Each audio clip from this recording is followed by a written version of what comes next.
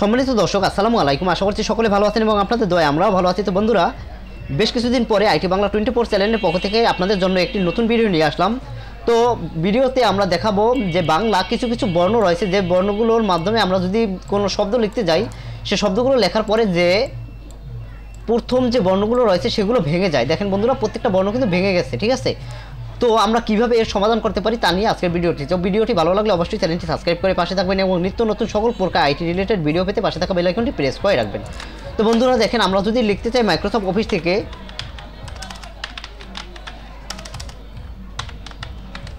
দেখেন সাথে সাথে আমার অক্ষরটা কিন্তু ভেঙে গেল। এরপরে যদি আমি লিখি সাইদ, দেখেন আমার হয়ে গেল গাইদ। এরপরে যদি আমি লিখি বরাবর, আমার কি প্রত্যেকটা তিনোটা লেখা কিন্তু আমাদের উল্টো পুল্টো একটা বর্ণতে চলে আসলো। তো আমরা এর সমাধান কিভাবে করতে পারি?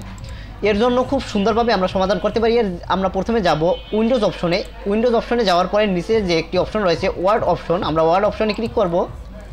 এরপরে দেখেন প্রুফিং নামের একটি অপশন পেয়ে যাবেন, আপনি প্রুফিংয়ে ক্লিক করবেন এবং সাইডে রয়েছে দেখেন অটো কারেকশন অপশন, এখানে ক্লিক করবেন। ক্লিক করার সাথে সাথে আপনাদের বেশ কিছুর টিকমার্ক দেওয়া রয়েছে, এখানে প্রত্যেকটা টিকমার্ক আপনি উঠিয়ে দিবেন। টিকমার্ক উঠিয়ে আপনি ওকেতে ক্লিক করবেন এবং পরবর্তীতে আবারও ওকেতে ক্লিক করবেন। এরপরে যদি আমি কোনো শব্দ লিখতে যাই তাহলে কিন্তু আমার একটি শব্দও ভাঙবে না। দেখেন বন্ধু, আমি লিখলাম, দেখেন আমি স্পেস দিলাম, শব্দটা ভাঙলো না, দেখেন।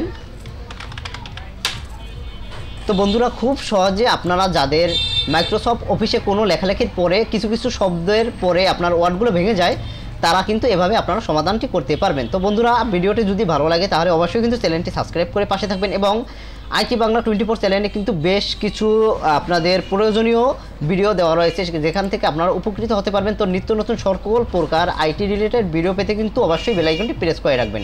তো বন্ধুরা, সকলে ভালো থাকবেন, সুস্থ থাকবেন, আমাদের জন্য দোয়া করবেন, এই কামনা নিয়ে আজকের ভিডিও এখানে শেষ করছি। আল্লাহ হাফেজ।